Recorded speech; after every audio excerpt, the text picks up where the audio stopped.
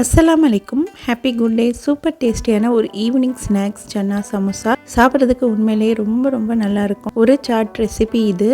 சமோசா செய்கிறதுக்கு first samosa filling ready பண்ணிக்கலாம். Samosa filling உருளைக்கிழங்கு மசாலா செஞ்சால் தான் ரொம்ப நல்லாயிருக்கும். ஊற வச்சு வேக வச்சு சன்னா நல்லா மசாலாவோட மிக்ஸ் பண்ணிவிட்டு சன்னா மிக்ஸி ஜாரில் அரைச்சி இதுவும் திக்காகிறதுக்காக சேர்த்துட்டு தேவையான மசாலாலாம் சேர்த்து நல்லா கொதிக்க வச்சு இருக்கலாம். இதுக்கு க்ரீன் சட்னி ரெடி பண்ணிக்கலாம். புதினா, தயிர், உப்புலாம் சேர்த்து எலுமிச்சை சேர்த்து அரைச்சி எடுத்துக்கலாம். தயிர், உப்பு சேர்த்து மிக்ஸ் பண்ணி எடுத்து வச்சுக்கலாம். தேன் 4 ஸ்பூன் எடுத்து வச்சுக்கலாம். இதுக்கு சமோசா பேட்டர் கோதுமை மாவில் ரெடி பண்ணியிருக்கேன். நீங்கள் மைதா மாவு வேணும்னாலும் ரெடி பண்ணிக்கலாம். கோதுமை மாவு, சப்பாத்தி மாவு போல் திரட்டிட்டு ரெடி பண்ணி வச்ச சமோசா ஃபில்லிங் வச்சு சமோசா ஃப்ரை பண்ணி எடுத்துக்கலாம். உங்களுக்கு டீட்டெயிலாக வீடியோ வேணும்னா இருக்கேன். இதுக்கு முன்னாடி லாங் வீடியோ அப்லோட் பண்ணியிருக்கேன், அது பார்த்துக்கோங்க. இந்த ரெசிபி நான் வீட்டில் ரெடி பண்ணியிருந்தேன். குழந்தைங்க எல்லாருமே சாப்பிட்டு ரொம்ப ரொம்ப நல்லா இருக்குன்னு சொன்னாங்க. மறக்காமல் நீங்களும் ட்ரை பண்ணி பாருங்கள்.